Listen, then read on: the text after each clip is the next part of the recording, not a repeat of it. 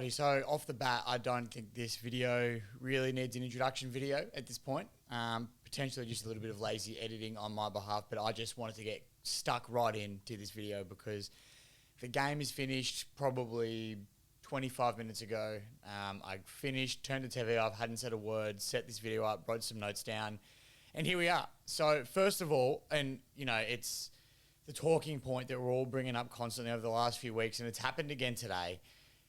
The Jaden Short injury today. I'm losing my mind. With the Jaden Short injury today, our medical team needs a serious overhaul. I don't know if it's a review, what it is. I mean, look, you get an injury here or there. Every team has them, no doubt. But it is constant and they're happening at training, during games, and there's all sorts of varieties. Like, I don't know. I mean, I'm not a medico.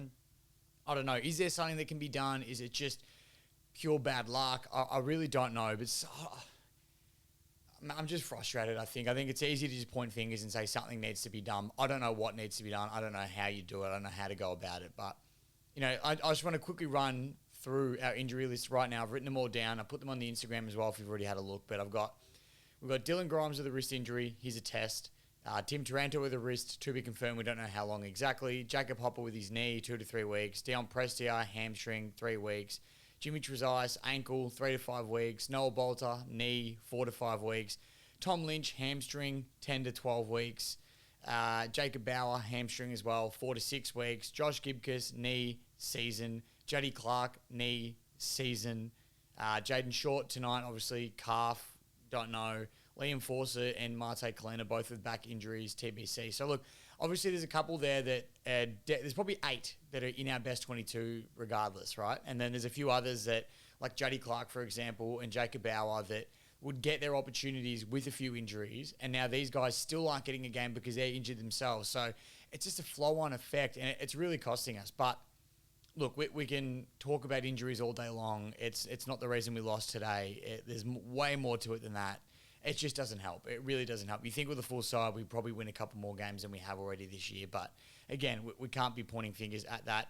And also, the fact that Dusty hardly played any midfield time, even when we were just getting slaughtered in the middle, makes me think he might not be 100% either. The commentary team said it. Whether there is anything to look into that or Dusty just can't be bothered anymore and wants to play forward, I don't know. I really don't know. But I thought at some points, surely you inject him in there. Shea Bolton ran through for a bit and got a couple of clearances for us, but I don't know. I don't know what's going on. Again, the game finished 25 minutes ago. I'm still, gaining some sort of composure. But let's get into the game because, like I said, we can talk about injuries all day long. For starters, 0 tackling pressure, 0 ability to stop any sort of momentum. And this has been an ongoing problem. This isn't just today. And way too many passengers. I feel like if Shea Bolton doesn't kick 12 goals each week and puts on our score, then we're screwed. The only positive I took out of today was McCarthy Lafau. He was jumping at the footy. He was holding his marks. He was kicking straight. His kicking looks really nice off the boot. He was fending off opponents, a couple of massive rugby-style fend-offs there that we got from him. And he was playing on the better defenders. Imagine how good he'll be if Lynch is back in the team or Noah Bolter's back in the team and he's playing his third tall. Like, that's going to be nuts for us. So he was the only positive I took out of today. He didn't get a lot of looks, considering we didn't really get it inside 50 too often. But, that was my only positive. You can look at our first quarter as a positive, I guess, but that should have been the minimum expectation against West Coast. And obviously, as the team that we are, young, rebuilding slightly, we're not going to do that for all 4 quarters, or, maybe we'll do it for 4 quarters, but not the full length of those quarters. But to do it in 1 quarter and that's it, that's not good enough. And it's as simple as that. Again, I don't like to be too negative, but there's not many positives to take out of this game. We kept dump kicking it up the line to basically no target, and that's all good and well when you've got Lynch and Bolter in that forward line and you've got guys that can take big contested marks, but we didn't really have a capable key forward today. We're basically relying on Shea Bolton to take mark of the year or McKelty Lafau, who's played 4 or 5 games, to do something spectacular. So, I think you look at the back line, you can point all your fingers all day long at guys like Ben Miller and Tyler Young, who were definitely not, up to it today. They weren't at their best by a long shot. But Waterman and Darling were getting incredible looks in the midfield with absolutely 0 to no pressure on them, as as their midfielders are streaming in towards them. Like when a forward is getting clean ball like that, there's not a lot a defender can do a lot of the time. Now, yes, they weren't up to it today. I'm not trying to make excuses for them, but it doesn't help when,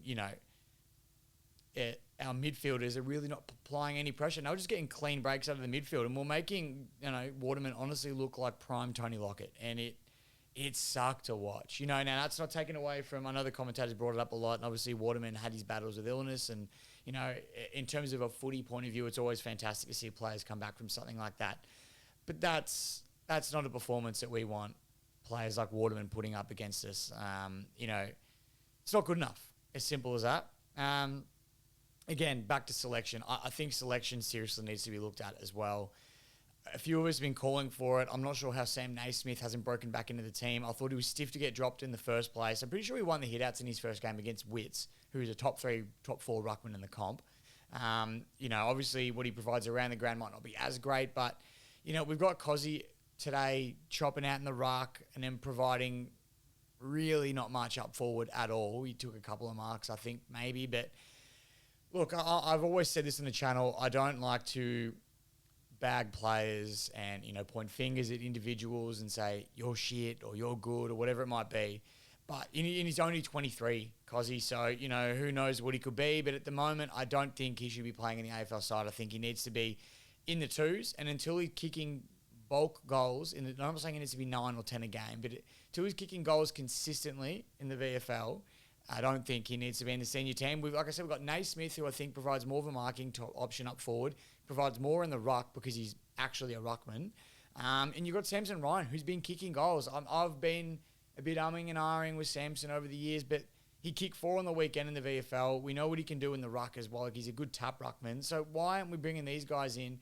Obviously, Naismith, he's new to the club, but he's not a youth player. He's in his 30s, but you know what you're going to get. He's consistent. You're going to get stuff from him. So, look, we beat Sydney 2 weeks ago, off topic, but we beat Sydney 2 weeks ago due to our pressure and our desire to win the footy. And I'm not sure why that hasn't been replicated ever since, and it's costing us. So, look, I'm not going to go on for ages and ages about it. That's pretty much it. It's, there's more to it. Obviously, there's zero accountability, like I said, and it was frustrating to watch. Not many positives to take out of today. And I'm going to wrap it up there before I say some silly stuff that I'll regret. So thank you very much for watching. Appreciate the support. Let me know in the comments if you'd like an after the game fan cams, especially for away games when I will be watching from home. I can quickly get the live stream up and going. Let me know what you think about that, because I'd love to vent with everybody and straight away. So let me know what you think. But other than that, thank you again for watching. I really appreciate it. Your support means the absolute world to me, and go Tigers.